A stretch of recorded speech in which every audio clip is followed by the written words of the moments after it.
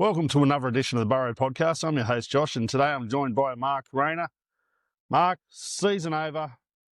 We've come up against the Roosters. We had a little bit to play for, hoping to ruin their season. Unfortunately, we were unable to, going down 36-6. Yeah, mate. She was she was a pretty even contest, mate. I thought for the majority of the game, I thought that break by Jai was really good. I mean, off the back of of their young halfback sort of defensive lapse there, but I sort of got the feeling, mate, and I spoke to Dad about this, earlier in the week. Sorry, that we kind of didn't look like we were going to do anything, mate, unless they made an error. It was just one of those. It was one of those games, mate, where they had everything to play for. But in saying that, mate, like the game turned massively off the back of that sin bin, which we both agree shouldn't have probably been a sin bin, but these things happen in footy, mate, and the Chooks took full advantage of it. Yeah, like that's sin bin. We've seen another one with Nico Hines, and they changed the charge. Unfortunately, Jamie Humphries, he's accepted the early guilty plea, so he'll miss the first 2 rounds next year. But I thought it was ridiculous that he firstly that he was sin bin, and secondly he was charged. We're just, none of us have a clue what a hip drop is. They try to define what a hip drop is, and then we see tackles like that don't go under the definition of what a hip drop is, yet they still penalise it. They're still sending players to the sin bin. It was early in the second half. It was 10-6. Halftime was 10-6, and they went on. In that period, they scored 2 tries, and it was game over once that happened. Yeah, I mean, mate, it's ridiculous. Back when I played football, mate, they were just normal tackles. You know what I mean? Like dead set. It's just, yeah. I don't know. The game. The game's gone away from. I think we're getting carried away over stupid things like fair enough. You don't want to see like massive fights on the field and all that sort of stuff. You want to keep the concussions to a minimum. So of course, like your high shots and all that sort of stuff need to be stamped out of the game. But mate, hip drop, making normal tackles, like that was just, yeah, that was normal back in the I mean, even 5 years ago, that was a normal tackle, mate. 2 years ago, 3 years ago, you know what I mean? So I think the NRL's just taking things too far in terms of player safety. It's a contact sport, for Christ's sake. You run out on the field knowing that there's a risk that you could get injured. And I know they're concerned about mitigating as much of the injuries as you can, but hey, come on, that's getting farcical now. Yeah, well, we spoke briefly where I said it was 10-6 at halftime, and we were looking quite good. We had Roosters I think they were completing just over 50% in the first half, and I thought the issue was that we didn't take our chances in that first half. We didn't look like scoring. I think the only time we looked like scoring outside of the one where Jai broke through and put Ashton Ward in was we got early ball to Ty Munro, and I thought he hesitated for that split second. Had he gone straight away, I thought maybe his speed would have got him over the line. But outside of that, we didn't look like a lot of passes were going astray. Even early on, Havili, his passing from dummy half was quite poor, where we turned over possession. They scored off the back of that, and I thought that's one thing we spoke about last week. We thought that Wayne got that wrong, not selecting Pete Mamazelos and having Havili start as hooker. Even when Brandon Smith was on at hooker, I just thought from previous weeks when Pete came on with Brandon Smith, I thought that Brandon Smith played that link role really well. Whereas when he was at dummy half, he looked a little bit slower. The balls weren't as crisp as what Pete Mamazelos was doing. And I thought we really struggled in that area. Yeah, mate. He might have had a little bit on his mind, old Brandon. From with all the stuff that's sort of going on. But you're right, mate. why Mamazelis wasn't selected will mystify us for, the entire off season. But I mean, the positives out of the game, mate, that Skip got through unscathed. And I thought he played. I thought he played pretty well, considering that the man's only done a couple of field sessions over the last month, and it's mainly been gym work for Cam over the over the entire season. But geez, he looks he looks chopped up, mate. He looks very fit. Well, how good. The period that he was on, we won the game 6-0. So there you go. It just shows how influential he is. Another thing we were, I mean, there's you look at it and you kind of just said to yourself the other day, if only we had Latrell in there, especially in that fullback sweep, coming around there. You've seen times when AJ was unmarked on the wing that you just knew he'd get the ball to him and it'd be like that. Whereas we struggled to get the ball to AJ.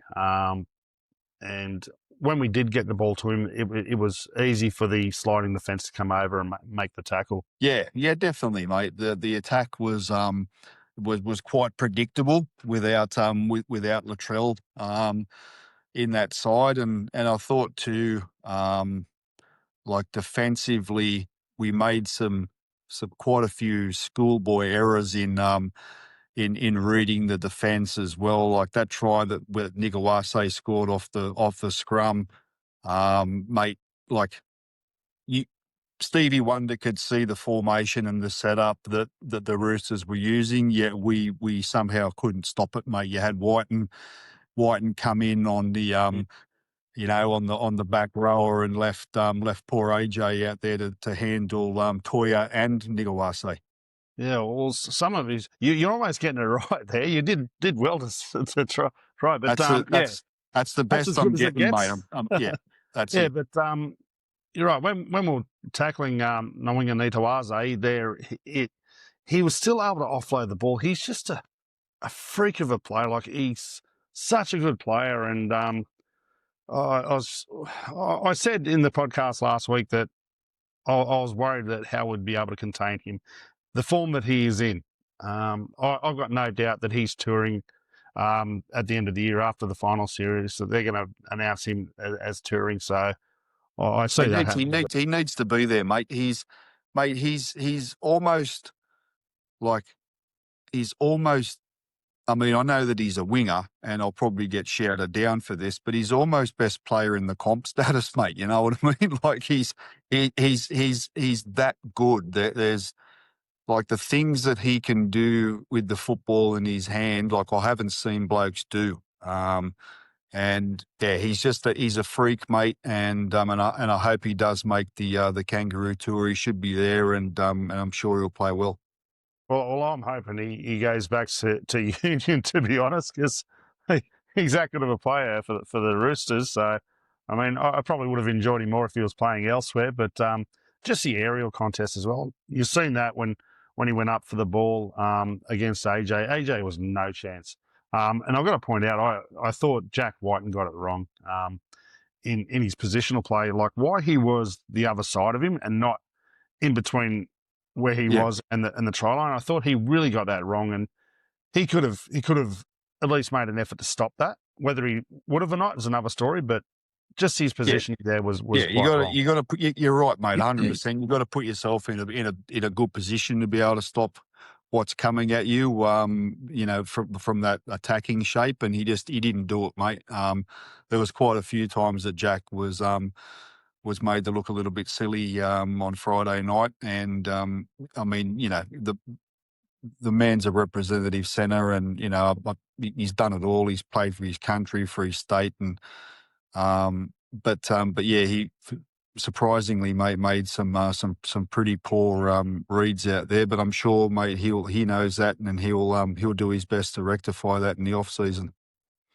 Usually after a loss to the Roosters, I'm feeling quite down and dejected, but I didn't feel too bad. It was the last game of the season. Yeah, the only thing that would have given us joy had we won is we would have potentially ruined their season. And seeing the result that happened with the Dolphins on Sunday, they would have would have missed out. But at the same time, you think about the Dolphins a few weeks ago. They had their chance against the Broncos. They had a very good lead, and they were run down. And how did they continued on with that game? They would have been playing finals football rather than Roosters. So, Oh, yeah, mate. And you can, mate, Chooks a couple of weeks ago got knocked over by the Eels, mate. You know what I mean? So, like, it's all swings and roundabouts, mate. You know, it's in any day, on a rugby league field, mate, you can get beaten. It doesn't matter who you're versing. If you're not switched on, you'll be on the opposite end of the scoreboard, mate. So but yeah, mate, it was it's been a topsy turvy sort of season for us, and the poor old Dolphins. Wayne couldn't get them to the semi-finals for the third year in a row. Well, that's true. Well, we did. Like we had some. They're all out there trying their butt off as they were all year.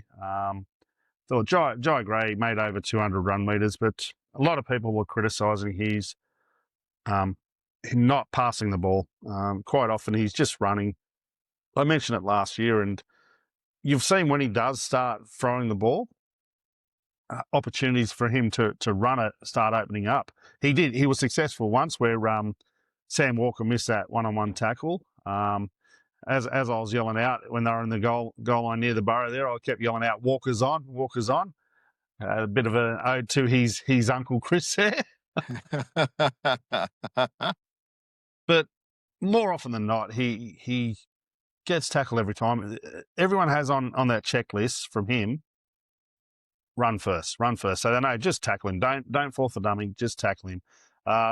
Tedesco was very much like that for a long period of time, if you remember. But Tedesco had that little bit extra speed that he had that strength to break tackles, and that's why that was the difference between him and Jai Gray. I mean, we're talking about an elite player here in Tedesco, but Tedesco this year, his form is just unbelievable. Where he's passing the ball a lot more, and it's open because he's getting the defence in two minds.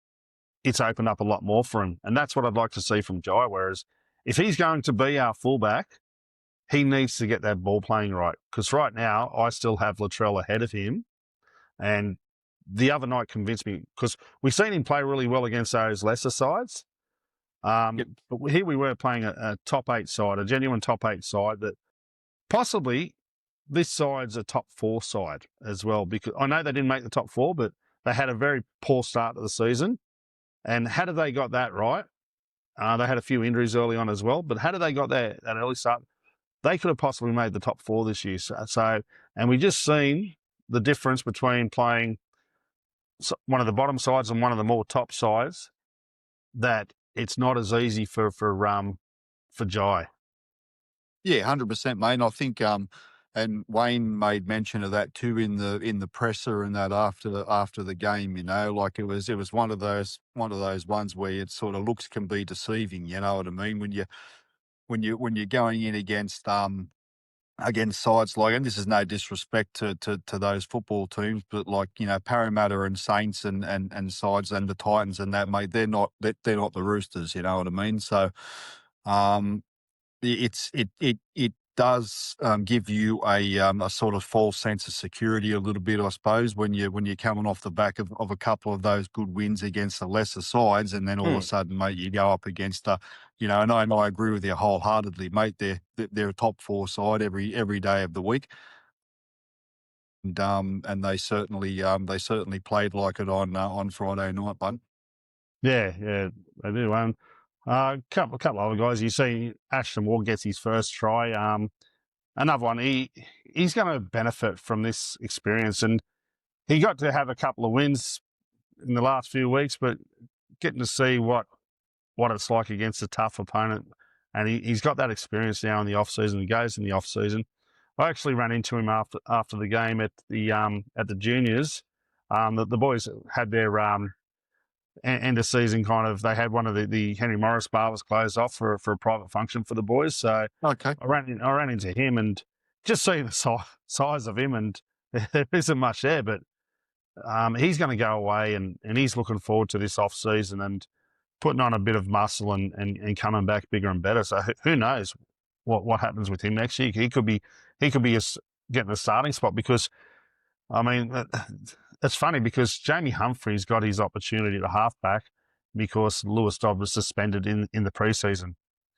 Could being suspended in the first 2 rounds cost Jamie Humphries his halfback spot? Like, it'd be quite ironic, wouldn't it? Yeah, and 100% it can.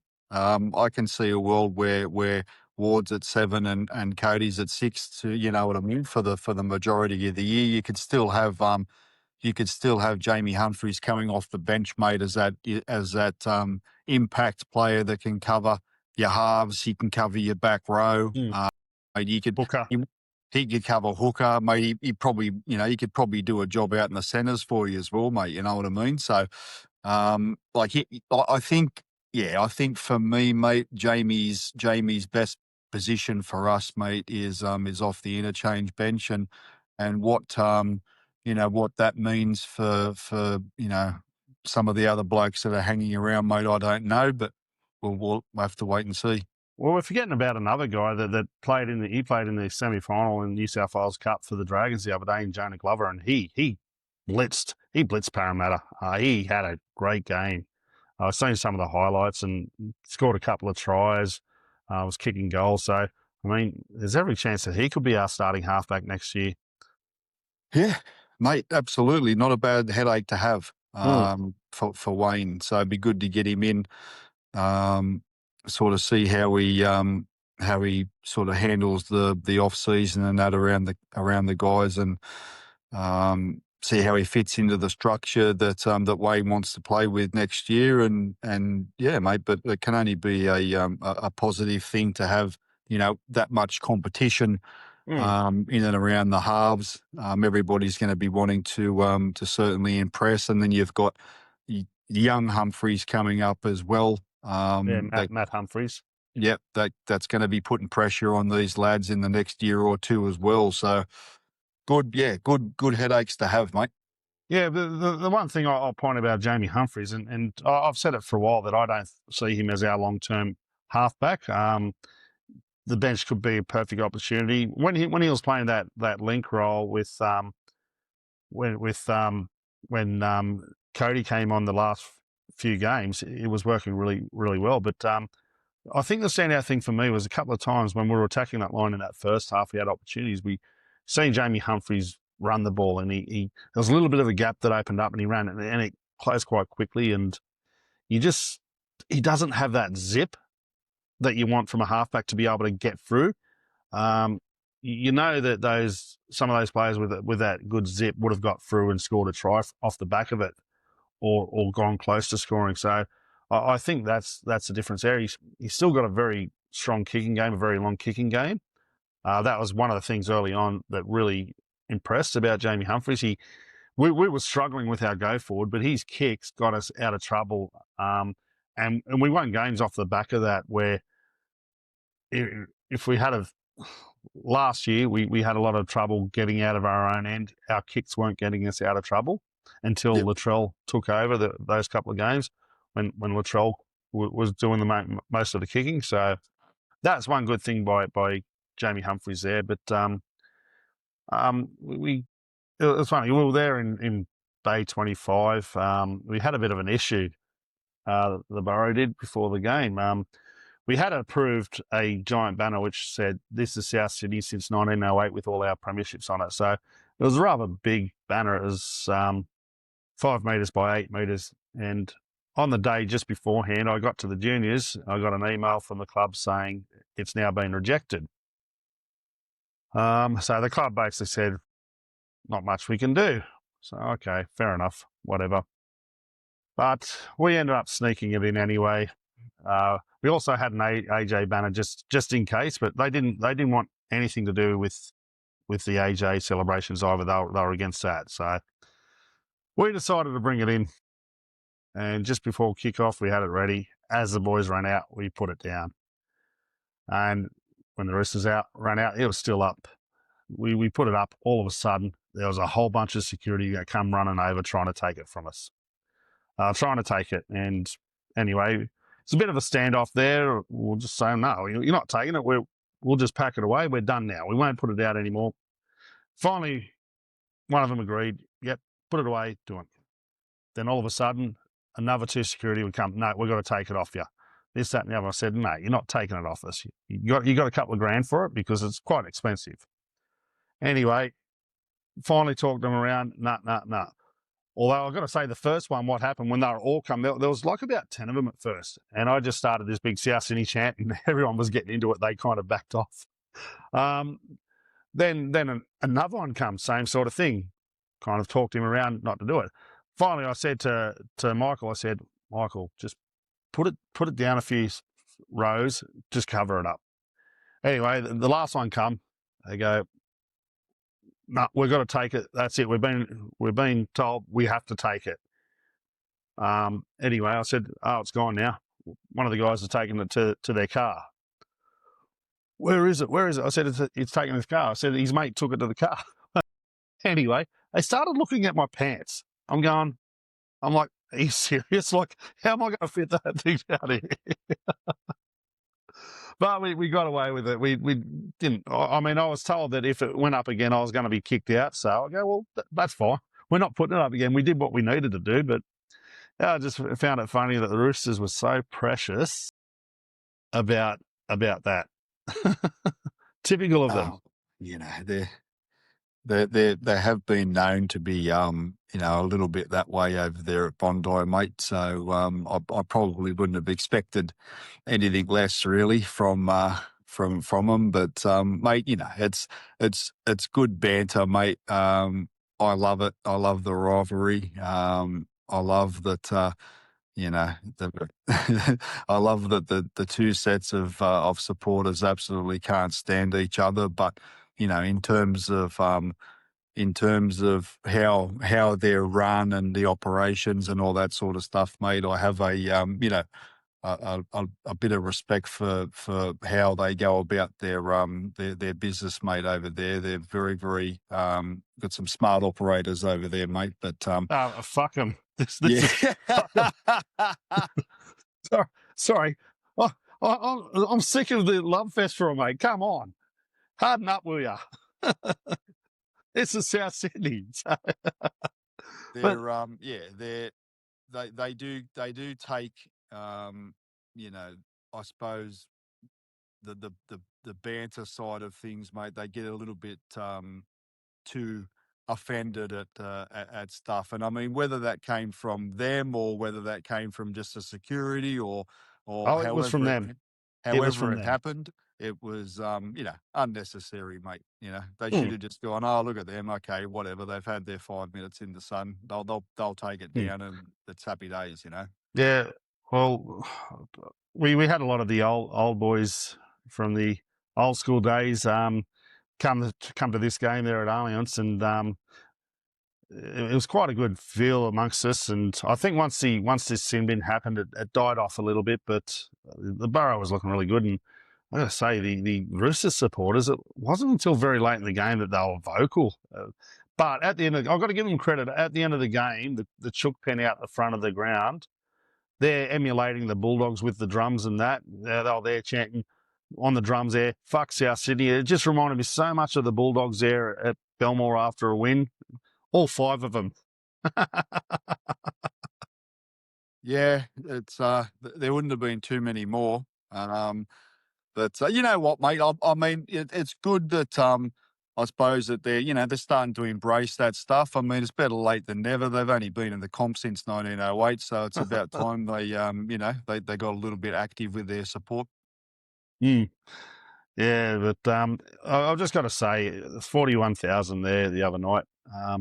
With all the games that we've played at Allianz, whether it be semi-finals against the Roosters or the 2 against Parramatta, we've had an average crowd of over 35,000 there in all our games. Our 2 home games that we had both against Parramatta, we've averaged just over 24,000.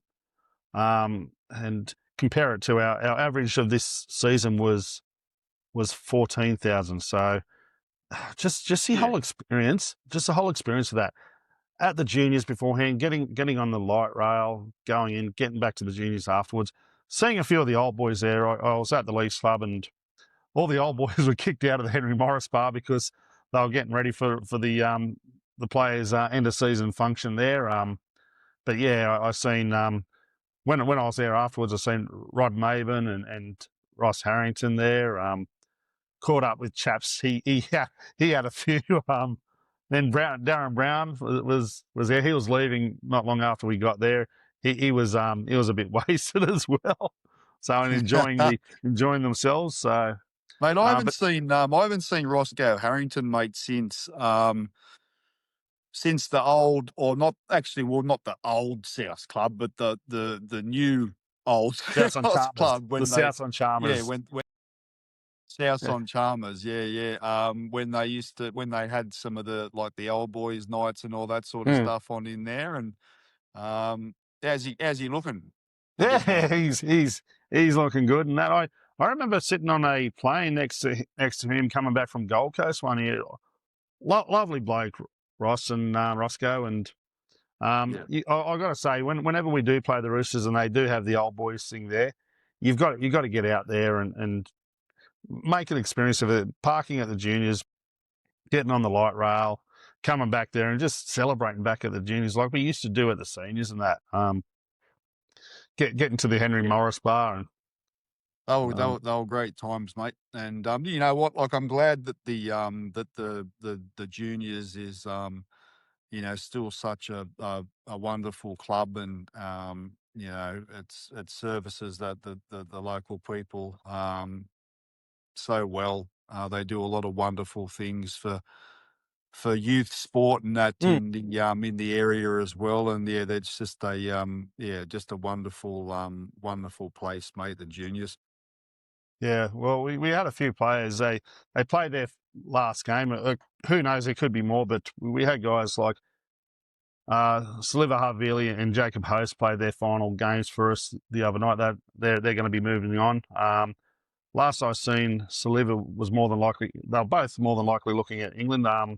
Although Jacob Host hasn't got anything as of right now. Then you got Shaq Mitchell. He'll be departing as well. Fletcher Myers, Hazen Mellors, who's one I wish the club kind of held on to, but I mean the Warriors offering a 3-year deal was probably a bit too much. You don't want to risk a guy that's had that many injuries and with a top 30 spot, but I mean, risk versus reward. Who knows? Like, yeah, it's a chance for him to go home too, mate. And his old man's a stalwart of the Warriors as well. And I think, I think he'll excel over there, mate. Be interesting to see how Webby sort of uses him in their structures and their systems over there as well. But yeah, mate, I can see a world where give Zelezniak another season, mate. He slows up a bit more, and they got a ready-made replacement in Hazen waiting in the wings, so to speak. Well, the thing for Hazen's his injuries, and if he gets over his injuries, it's only a matter of if he can get over his injuries. He's a first grader. He is a first grader. He's athletic. We've seen several times, especially the back end. Once he started getting a bit of games together in New South Wales Cup, what he could do. He's just that player. I would have loved to have seen, had we been able to extend him for another year, but as I said, maybe 2 years, but the 3 years was probably a bit too much of a risk that we didn't want to do. Where we've had a lot of those players where we've had them in our top 30 not to play. We've seen guys like Terrell Kalo. There's a few others over the years that they just didn't kick on and they were taking up a top 30 spot. But yeah, some other guys, we said Shaq Mitchell, Fletcher Myers, spoke about that. But Ben Lovett, from what I was told earlier in the year, he medically retired, and it was just horrific, the injury that he got 2 years ago in that New South Wales Cup grand final. Just never recovered from it, and he was still on contract this year, but I don't know what happened there because I was told he medically retired, but I know he's been doing a bit of work with the lower grades and things like that, which is great to see. But he won't be playing. But we've also got a few things pending with the rumours about Davey Malali. It seems that may not be the case. He will be with us next year, so who knows what happens there. But again, maybe he will. So he will be leaving. Tommy Fletcher, I'm hoping that they re-sign him. So he's another one that's still up in the air. Bailey Bentley Harpe, another one who played a bit of first grade this year. He was, I don't believe he was a top 30 player this year, but he played a bit of first grade as well. Maybe they give him a training trial or perhaps a New South Wales Cup contract, unless he can get something elsewhere. Yeah, I think that's fair, mate. You can't keep them all, and that's the reality of the NRL these days, mate. So, to those blokes, especially like Hosty and Shaq and those ones that have sort of been with us for a couple of years now. I hope they. I wish them all the best, and I hope that they. I mean, Shaq might just go back, mate, and play a bit of bush footy, mate. You know what I mean? Like I can really see him sort of taking on a captain coach role up at Taree or something like that, mate. You know what I mean? And really just excelling in the local community up there. I think Havili's got could be an English offer on the table for himself, and I don't think it'll take Hosty long to find something over there, mate. It's very, the chances of continuing your NRL career probably a bit past him now, but certainly. Mate, Warrington aren't going real flash, mate. So maybe Big Sam might reach out to him. Might need some back row support over there. Maybe Sam's out of a job at the end of the year. I mean, that loss to Salford, that's not good. So dreadful, mate, dreadful. And you start thinking to yourself, like, have I lost the dressing room now? You know what I mean? Like, is it? You start.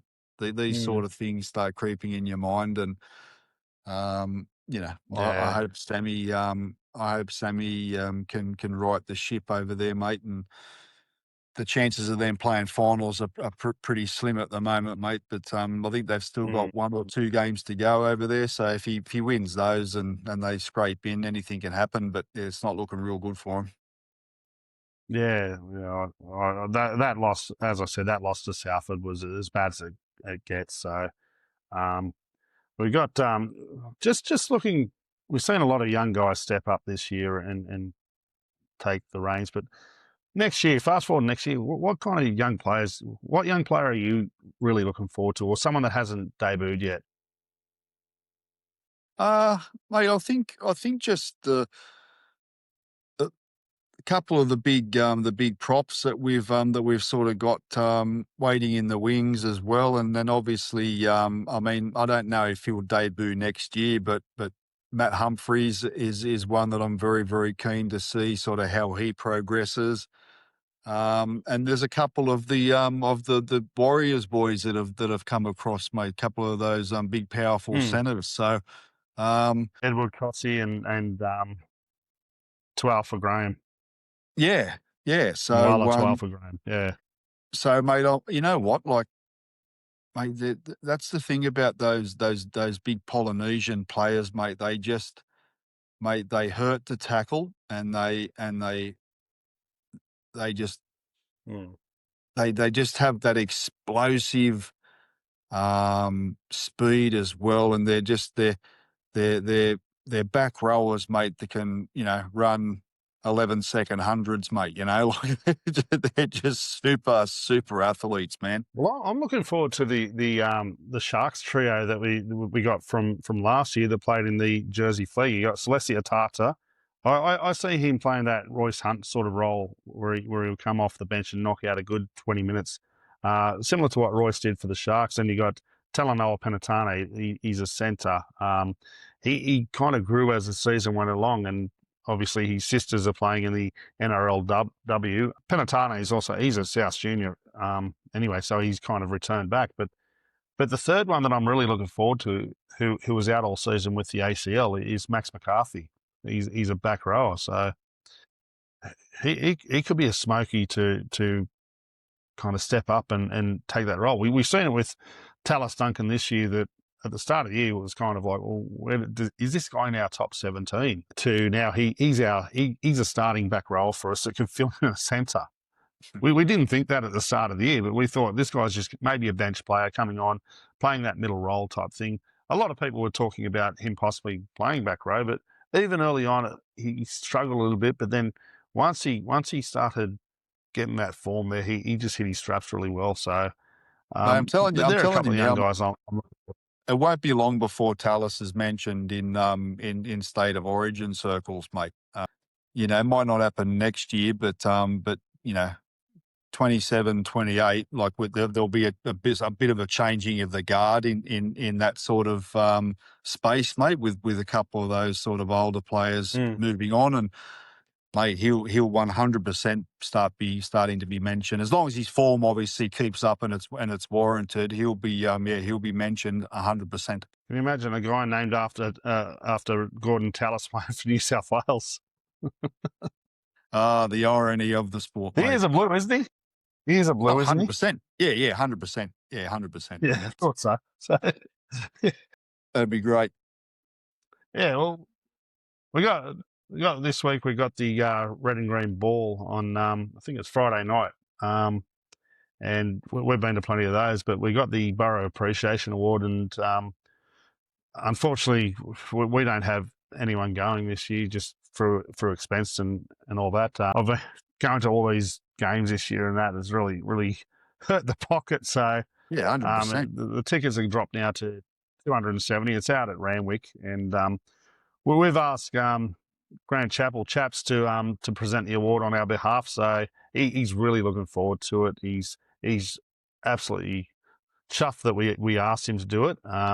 So it's great. So what'd you say? I know he'll do a great job. And what'd you say the tickets had dropped down to? 270 from 300. Oh, geez, that's big of you, South. I mean, that really is magnificent, mate. The $30 saving. I mean, mate, that's outstanding.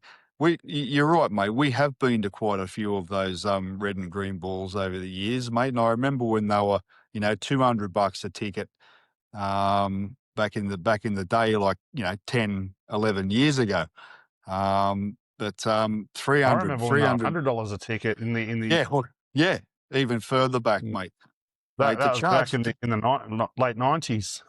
To charge, mate, come on. To charge that money, mate, for in a cost of living crisis, you'd rather have a room full of people, mate, that are half room full of people. So ridiculous. Yeah. Well, we have spoken to the club, and we've put it to the club to maybe put this as an added onto your membership as a rolling rabbit type scenario where you pay it off each month. So maybe that'll be more affordable for people to do it like that way. So they're considering it. So who knows, it may be an option next year where you have it in your membership package to add it, and it'll go into your rolling rabbit where you're paying X amount per month. So yeah, who knows?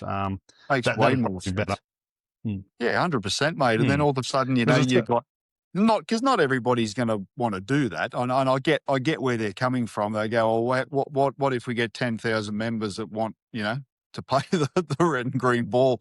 Like not everybody. Yeah, I get where they're coming from, but my argument is, mate, is that there's no way in the world you should be charging $300 for people to go to an event for the football club, mate. That's some bullshit right there. So yeah, $200, mate. That's it, right? And even that's probably a bit too expensive for what you get, especially like yourself, mate. Like you don't drink, you know what I mean? Like you're going there for half a steak and some mashed potato, mate, and a couple of shitty desserts. Yeah, look, that's not the reason why I go. My money's there going to the club. When I do go, it's not about what I get out of it. So that's the way I look at it. I have a really good night. 100%. But my argument is, mate, I think they make more than enough off everybody, mate, for the Mm. year. Yeah, you're right. Mm. That's a little bit that needs to be looked at. That's what I'd be doing. Yeah.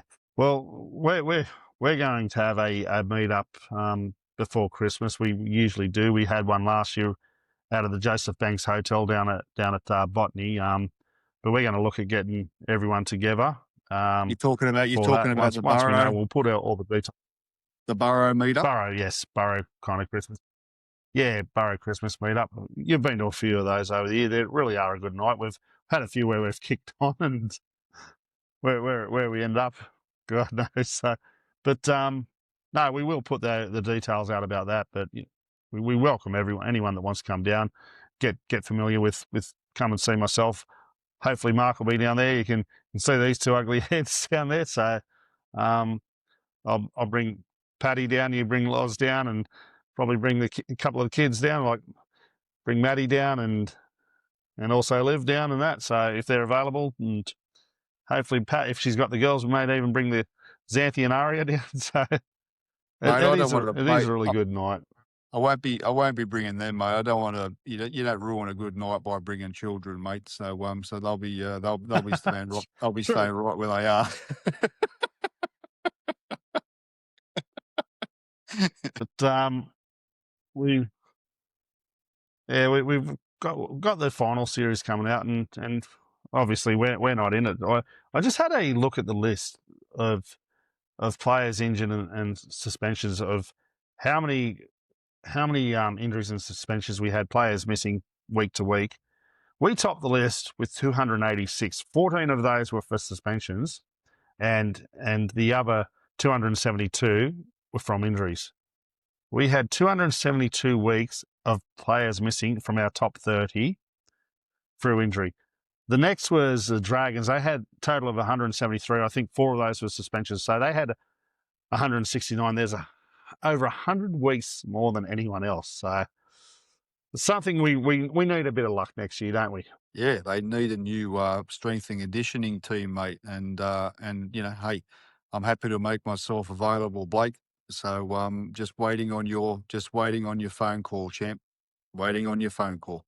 Well, I did hear someone was speaking about the workload and what we went from to what we went to now, and the conditioning of the players, and because we looked a lot fitter as a team when we were out in the field, we looked a lot fitter than we did the previous year. And someone spoke about the possibility. Was it a case of how he trained previously with Andrew Kroll and now how we are with Trent Elkin? Is that a case of their bodies just trying to get used to that change, and maybe we'll see the benefits of it next year? Yeah, look, it's a possibility, mate. It's a fine line of balance, because you've got these athletes, mate, that are so finely tuned in absolutely everything that they do, that even the slightest change in something that the body's not used to can trigger an injury, mate. So it's about less less load at the start of a preseason, mate, and sort of more time under fatigue, so that the bodies get the, okay, all right, well, this is where we're going now. And then sort of as preseason progresses, then you sort of increase the load just that little bit more.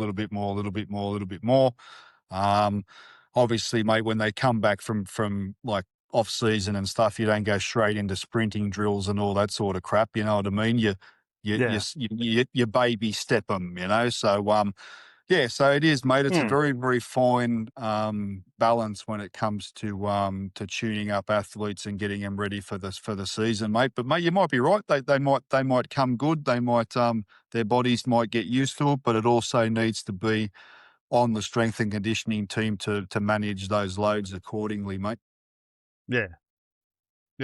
That's it. Well, speaking about the final series, we got the finals this week. I noticed that the second week of the finals they're playing on Saturday and Sunday, so that's been a while since we've done that. I know we got the 4 games this week, so I think that's maybe they're looking at because of where Canberra's playing on the Sunday, whereas I found that very strange that Canberra are playing on Sunday. I know they talked about they wanted to give them a 7-day break, but I mean, they've rested most of their players anyway. Like, did they really need that extra day's break in between games? I understand if they played as they were at full strength, you can understand that, but did they really need to rest them that extra day? Yeah, mate. I don't know. It's a funny old way. I agree with you. But I think, mate, getting onto the games themselves, mate, there's going to be some absolute cracking games of football that are coming up over this weekend. I'm particularly looking forward to the Roosters and Sharks game. I think that's going to be an absolute belter. And I think think the Broncos and Canberra game as well will be extremely worth a watch. So I'm pretty sure here's an that interesting thing. I think right, mate. I think there's an interesting thing about Canberra, right? Is they've played so out of all the top 8 sides, they've played a top 8 team a total of 8 times this year. I'm not sure if it's 100% correct, but they've played a very low number, so that 8. So you think about it, out of all the top 8 teams, the only team that they played twice in the top 8 was the Warriors. So they've had a very soft draw. So maybe that's, I mean, I remember we've seen Sharks over the years have a very soft draw, and when it comes to finals, they weren't prepared.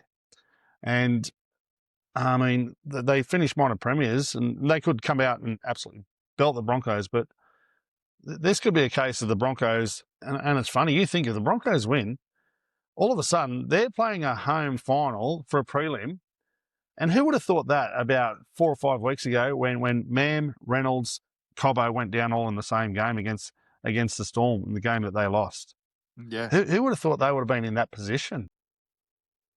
Anything's possible with Madge the magician, mate. He's as you know, mate, he's a wonderful man manager and knows how to get his teams up for where it matters most. Wouldn't surprise me one iota, mate, if the Broncos knock them off. But winning. I mean, I think the Broncos are at an advantage now, mate. It's at this time of the year, mate. That's taken a lot of the frigidness out of the air, mate, down in Canberra. So it won't be as cold, and to be playing on a Sunday afternoon would be okay. But mate, you're right. If there's a game this weekend where it could definitely go in the opposition's favour. It could be that Broncos and Canberra game because of the reasons that you just mentioned, pal. Yeah. Well, I've seen Reece Walsh went down in training. There was reports that he went down in training today, but they expect him still to play. I didn't see much more of it. Maybe we'll hear more about it tomorrow. But yeah, he went down in training. He was all right. He was all right, mate. He was okay. They just they rushed him out a nice bottle of wonderful H2O straight out of his toilet bowl, mate. So he had a little bit of that, and like the water boy, mate. He just bounced to his feet. He was sweet. the modern day bubbler. Yeah, he'll be sweet. Mate. Funny after that came out. He had his best game he's ever played the other night after doing that. So maybe you would see a whole heap of players going, this works, let's do it. Yeah. I tried it this morning before the gym, mate, but I forgot the flush first. so needless to say, my performance wasn't great. Yeah. You'd say it was shit. Yeah. Yeah. Yeah. But yeah, we got games. We got the Dogs. Dogs are playing the Storm. We got Harry Grant come back, but they lost Jerome Hughes. Dogs have lost a couple of players. They lost Montoya and Sherry. They had a poor game against the Sharks, and they have struggled against a lot of the top 8 sides. So you'd think all signs point to a Storm victory, but even the Storm have been underwhelming of late as well. Yeah, they have, mate. both sides aren't really coming into this final series setting the world on fire. But it's finals footy, mate. It's a different she's a different ball game. In finals, I can see I can see Melbourne dispatching Canterbury. I can see Penrith absolutely dispatching the Warriors, and I can see I honestly think and this has not been this has not been a hater, even though I hate them, but I think Cronulla can handle the Chooks as well. Big ask going into Shark Park, mate, and Cronulla are playing some pretty good football. Nico Hines has now been obviously had his charge downgraded, so he'll be taking the field. So let's talk about that for a sec. Because it's quite strange that decision. I mean, I think they got it right in the end. I don't think he deserved to even be charged at all. So he's been downgraded to a grade 1, right? But this is the second time in the matter of weeks that the match review committee has bowed to the pressure of the media. We've seen it with Stephen Crichton where he wasn't charged, and all of a sudden, after the fact, they decided to charge him. Right? They only gave him a grade 1 fine. And then this one, again, the pressure of the media, they turn around and said it's because of the injury. Like that's what changed. Why should it be about the injury?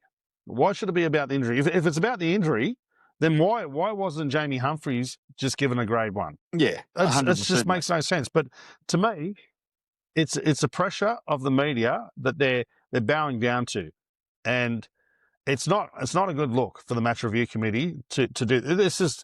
It's a circus. It's a circus that they've actually gone back and changed it. It doesn't make sense. It is, mate. It's a joke. I mean, the match review committee know they're a joke. Mate.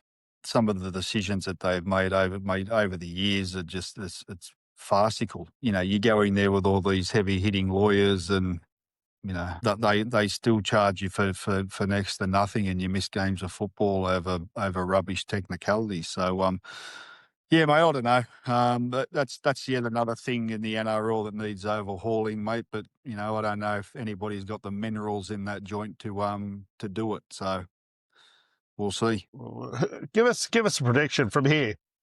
Who wins the premiership? Oh shit, mate. Honestly, I have no idea. None. There's like Isn't this like the you most mentioned, open? mate. Like you mentioned, I'm hoping. I'll give you a hope. All right, I'll give you who I hope wins the premiership, and I'd love to see the Raiders win the premiership, mate. That's my hope. Last week. That's the rule of last week, where they said a team that concedes 50 can't win the premiership. Does that come into effect even though they rested like about 12 players? Yeah, look, I don't think so, man. I think that there was a whisper. Loz told me today that that Big Papa might be struggling. He might be 50-50. He might be 50-50. He's out. He's out. No, he's in doubt. Oh, he's in doubt. Okay. No, he's in doubt. Okay. In doubt, if he's out, look, I think that brings the Broncos back into play a little bit more, because he's like the Raiders' sort of spiritual leader, mate. You know what I mean?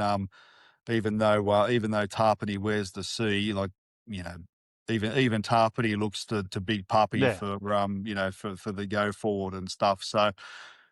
But if he's in, mate, I think the Raiders dispatch the Broncos, and yeah, mate, I'd love to see Canberra win the comp. I've got a good mate, Chris Jono, lives in Condo. I don't know, Chris, if you watch this, mate, you poor bastard. You've been a long suffering fan for a long time, and he's a good fella, old Chrissy. So I hope the Raiders do it for him. Yeah, look, it'd be good. I think sentimentally we'd love to see the Raiders win it, or possibly the Warriors. I can't see the Warriors doing it. I think they, as soon as slipped their calf, their season went with his injury, and even then it was going to be a bit of a struggle. But I mean, they're the two teams you'd like to see most win it. But I still have Melbourne Storm winning. I think we may see them just flick a switch this week, have a week off, and I've got a feeling if they play in the grand final, I think you'll see Jerome Hughes play. Oh, 100%. He's not missing that. It wouldn't matter whether he has to get 500 needles, mate. He'll be running out there for that game. 100% he'll be there. Yeah, they've just got to get there first, mate. So they've got a couple of big games ahead of them. So, but yeah, you might be right, mate. That they're the kind of team that that can flick that switch and go from 0 to 100 very, very quickly. Yeah, be a couple of good weeks of footy, mate, coming up for us to enjoy. Yeah, well, that about wraps us up today.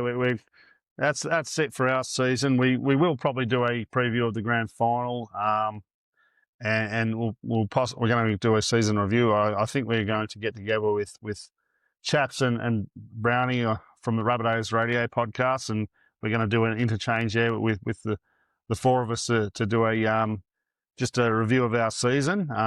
So that'll be interesting. And yeah, shout out to all you guys there at home. Enjoy the off season. Stress-free final series as long as the Roosters lose. But we've really enjoyed this year. This is the first year that we've done this. We'll be back bigger and better next year, no doubt.